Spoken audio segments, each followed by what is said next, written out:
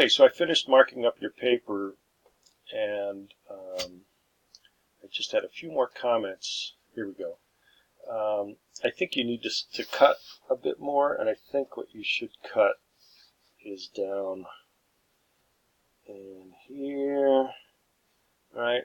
And it's mostly, in your conclusion, it's simple but solid, right? And you do want to say this, it's more of a studio recording than a live recording. I think that's really good. But then you have a very logical transition there into how it fits on the rest of the soundtrack. And the soundtrack album you want to refer to, you definitely need to refer to the British version, not the American version. But the British version, how does this fit in with the rest of the tracks on that album? And it's definitely sort of a curveball, right, in this comic movie to have this very serious song about feeling isolated and lonely and alone and bereft. And so you want to just emphasize that in your conclusion. 2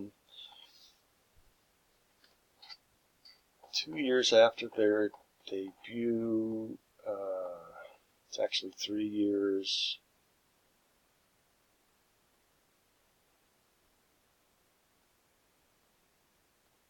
And then, just remember, you're putting song titles in quotes. Sorry. Song titles in quotes, album titles in italics. Okay, that's how we do that. So, you got a really good paper here. Come on. Jeez, there. You've got a really good paper here, and we want that in blue.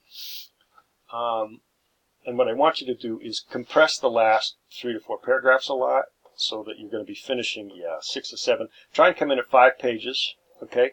Follow all my marks, and if you do that and fix all those to-be verbs and turn them into active verbs, it's going to really lift this paper up to do really well.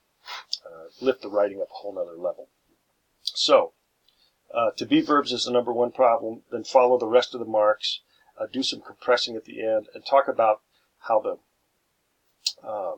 track fits on the whole album, how kind of out of place it is, but how it actually enlarges the idea of the band and Lennon and McCartney as songwriters, that they actually put a song like this on the album. And then if you still want to lead with Buddy Holly, and I'm not sure you do, because the paper really isn't about that decline in rock and roll. In other words, right, you're setting up this thing about the period that the song exists. The song comes in 65, which is really during the surge of the British invasion. So it's not clear to me that starting with Buddy Holly, but if you do want to keep that Buddy Holly stuff, figure out a way to come back to it and emphasize, maybe what Buddy Holly songs they learned from to write this songs, or how this, somehow you have to come back to Buddy Holly at the end to justify this opening, because the opening idea really leads us to think that the paper's going to be about something different than it really is. Okay? Anyway, it's a good paper, lots of good ideas. Follow my marks, and send me questions if you have any. Thanks.